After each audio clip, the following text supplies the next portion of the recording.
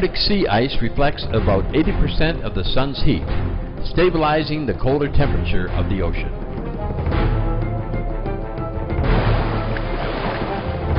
Based on the latest satellite data cited in a December 2007 article, National Aeronautics and Space Administration climate scientist Jay Zwally predicts that nearly all the ice could be gone from the Arctic Ocean by the end of summer 2012.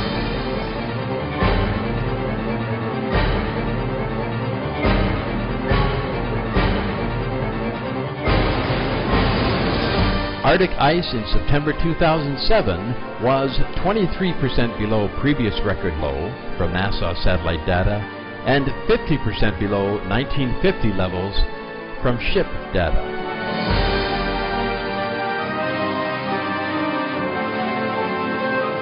Other records surpassed. Greenland surface ice loss is now 400% greater than 15 years ago. Surface temperatures in the Arctic are the highest in 77 years of record keeping.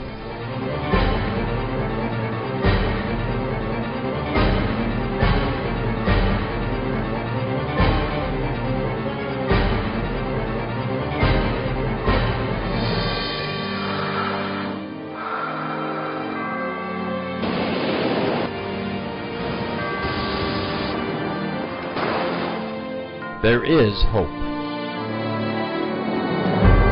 According to James Hansen, top climate scientist at NASA, we have passed tipping points. We have not passed a point of no return.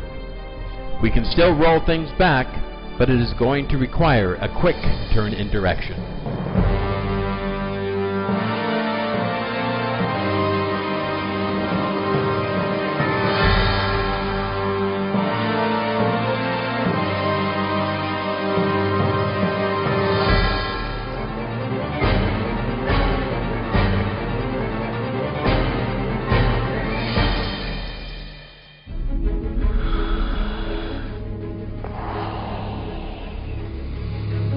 Dr. Gerald Dickens, Associate Professor of Earth Science at the prestigious Rice University, located in Texas, USA, and Editor-in-Chief of the American Geophysical Union's Paleoceanography Journal, stated in an interview with Supreme Master Television. But it turns out that most of the carbon, about 93% of it, is in the ocean, not trees or in the atmosphere.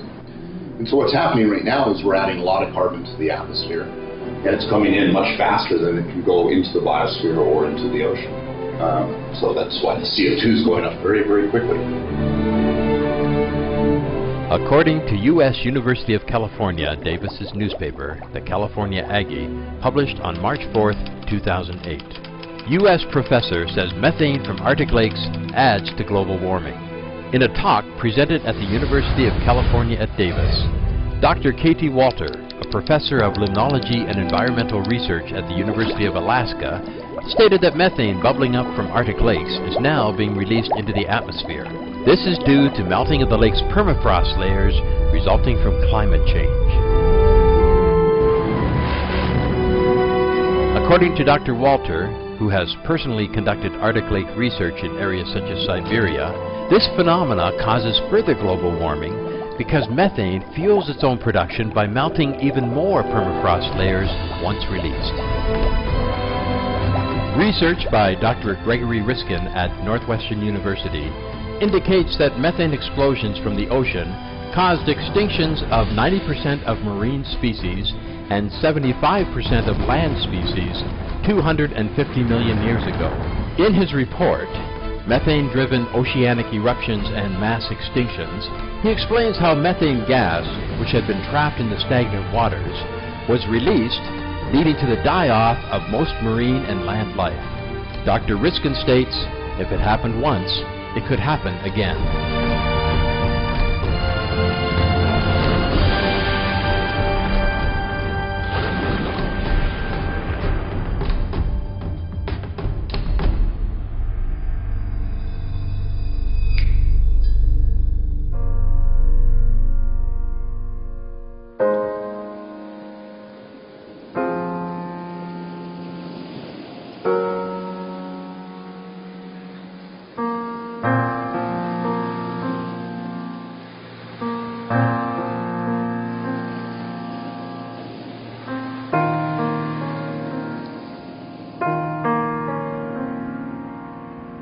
I wanted to ask, if you had a message for the leaders of the world, what would you say to them? I would say to them, use their mighty power to change the diet of the planet and adopt immediately new technology, sustainable energy, and set an example by themselves by becoming a vegetarian or vegan. Use their mighty power, use their example to set a new diet for the planet, the vegetarian diet.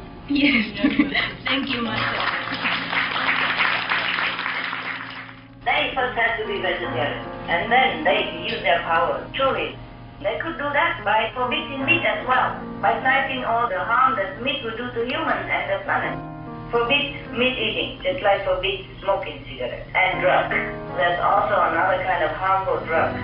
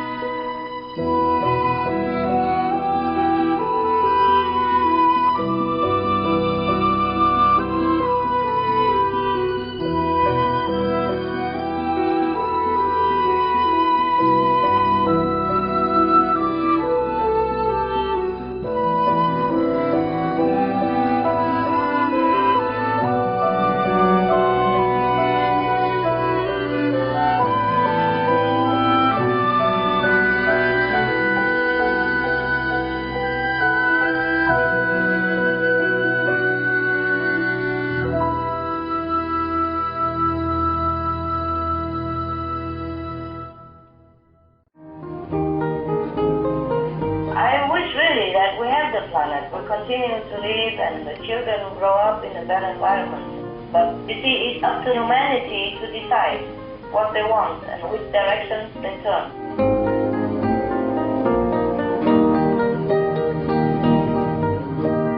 You must have seen stock breeding is the major cause of greenhouse gas. It looks like vegetarianism would be a solution, but do you think it would be enough? No, I don't say just vegetarian. You know, technology has to change. We have veggies, we have sustainable energy, we have hybrid cars, we have planting trees, we have prayer, remember? Vegetarianism is for the long-term benefit, to lessen the karma, to touch the mercy of heaven.